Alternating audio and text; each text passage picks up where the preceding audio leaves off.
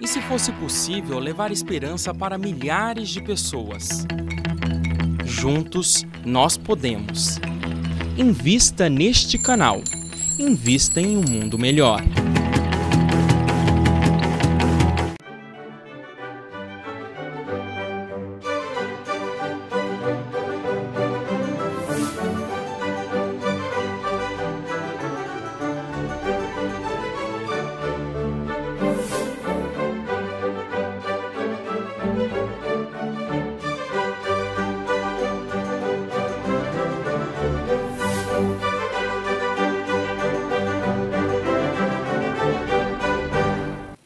Olá! Iniciamos agora mais um Filosofando, o seu programa de filosofia e de filosofia espírita que vai ao encontro das grandes ideias pensadas através dos tempos numa infinita jornada em busca da verdade e do bem. Olá, Márcia. Olá, os amigos do Filosofando. Estamos desenvolvendo a série em homenagem aos 160 anos de O Livro dos Espíritos, essa obra de leitura essencial e obrigatória a todos que desejem compreender racionalmente a doutrina espírita. E um de seus postulados, postulados da doutrina espírita, é a certeza da reencarnação. Por que será que temos necessidade de reencarnar múltiplas vezes? Por que é que a possibilidade de reencarnar é considerada a justiça divina em relação aos homens? Pois bem, é isso que iremos discorrer no dia de hoje, a finalidade da encarnação. Você já sabe.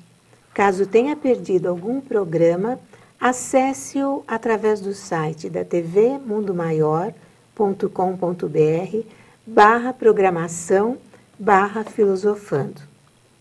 Comunique-se conosco. Seus comentários e sugestões são muito importantes para nós. Acesse o facebook.com/cforg. Professora Sônia, Jesus, quando esteve encarnado entre nós, ele falou sobre a reencarnação?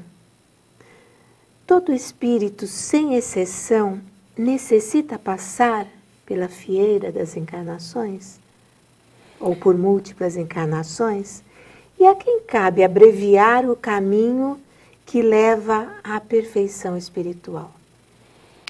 São questões muito próprias e filosóficas, não é, Márcia? Porque fazem parte do compêndio de filosofia espírita, que é o Livro dos Espíritos.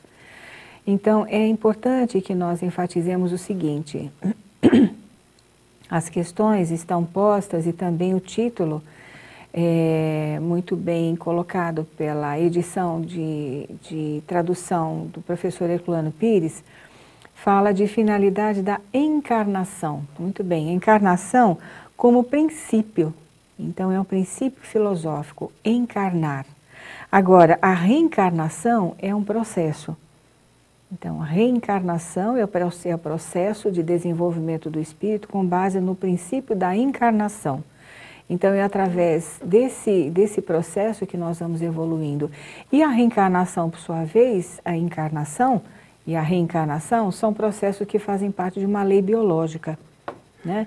Então, nós precisamos reencarnar. Nós fomos criados simples e ignorantes, já na linha da existência, ligados a uma matéria, a um outro princípio de matéria, que é o perispírito. Nos projetamos, ou fomos projetados na matéria simples, passamos por toda aquela fieira de reinos da natureza, que por sua vez estão explicados também no Livro dos Espíritos, não é? Até chegarmos ao reino hominal, então de plena posse do raciocínio, da inteligência, do pensamento, então já parcialmente donos do nosso livre-arbítrio, já não tão jungidos a um determinismo absolutamente divino, né? O absoluto, né? porque todo determinismo é divino, mas nem totalmente absoluto, né? Então, a encarnação, ela, como princípio, ela é necessária, sim, para todos nós e para toda a humanidade deste planeta, deste sistema, deste universo, porque as leis divinas ou naturais não são apenas para os seres humanos da Terra, e sim para todo o universo, né? E uma só encarnação não dá para desenvolvermos tudo o que necessitamos, né? E adquirir todo o conhecimento. Exatamente. Então, para isso que nós temos essas oportunidades de conhecer plenamente todas as coisas. Lá na frente, no Livro dos Espíritos, é uma pergunta que Kardec faz aos espíritos, não é? Afinal, qual é o ápice de toda evolução? Aí os espíritos dizem, é conhecer todas as coisas. Então, todas as coisas materiais e espirituais. Portanto, a ciência é um exemplo disso. A ciência progride continuamente, né? A ciência vai chegar a um momento em que ele vai desvendar as questões do espírito que foram postas no Livro dos Espíritos como princípios.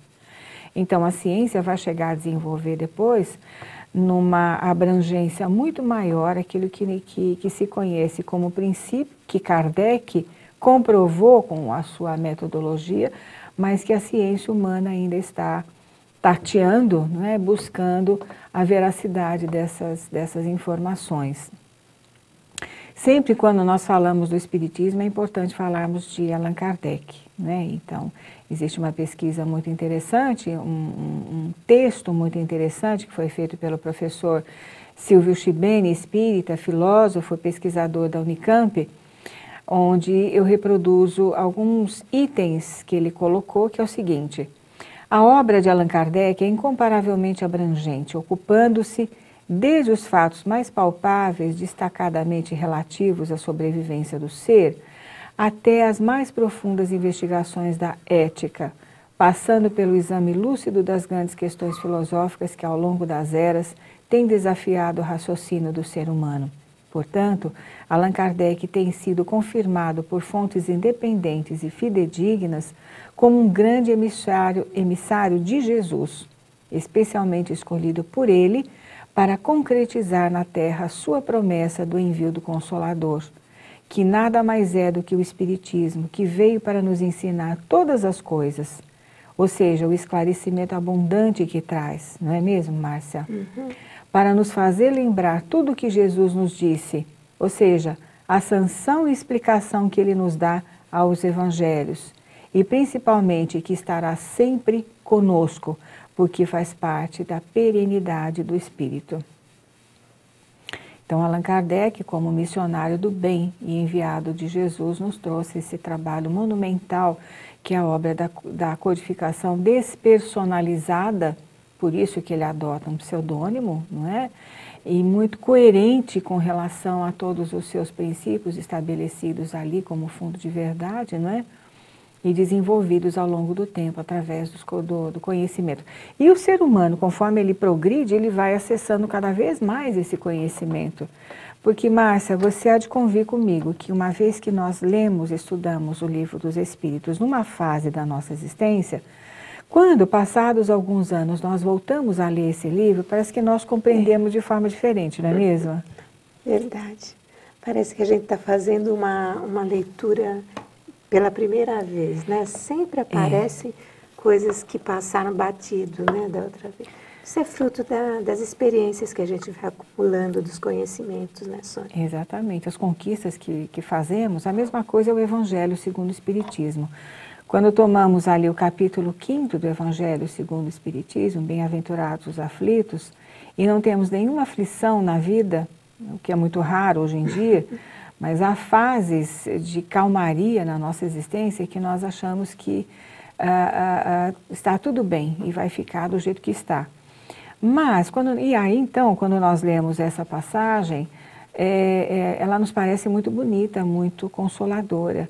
Porém, quando passamos por uma aflição, por uma perda, seja ela de que qualidade, que intensidade for, aí o significado de bem-aventurados os aflitos será outro, né?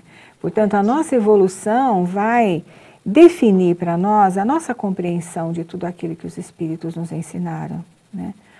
Então, nós começamos ali para a nossa análise, Márcia, o capítulo 2º do Livro dos Espíritos, questão 132, que está logo no começo. Qual é a finalidade da encarnação ou da existência dos espíritos, né, na matéria? E os espíritos respondem, Deus a impõe com os espíritos superiores, não é? Deus a impõe com o fim de levá-los à perfeição. Para uns é uma expiação, para outros uma missão. Nós estamos aqui com dois aspectos dessa encarnação, expiação e missão. O que nós entendemos exatamente o quê? A expiação quando essa criatura está precisada de uma evolução mais contundente.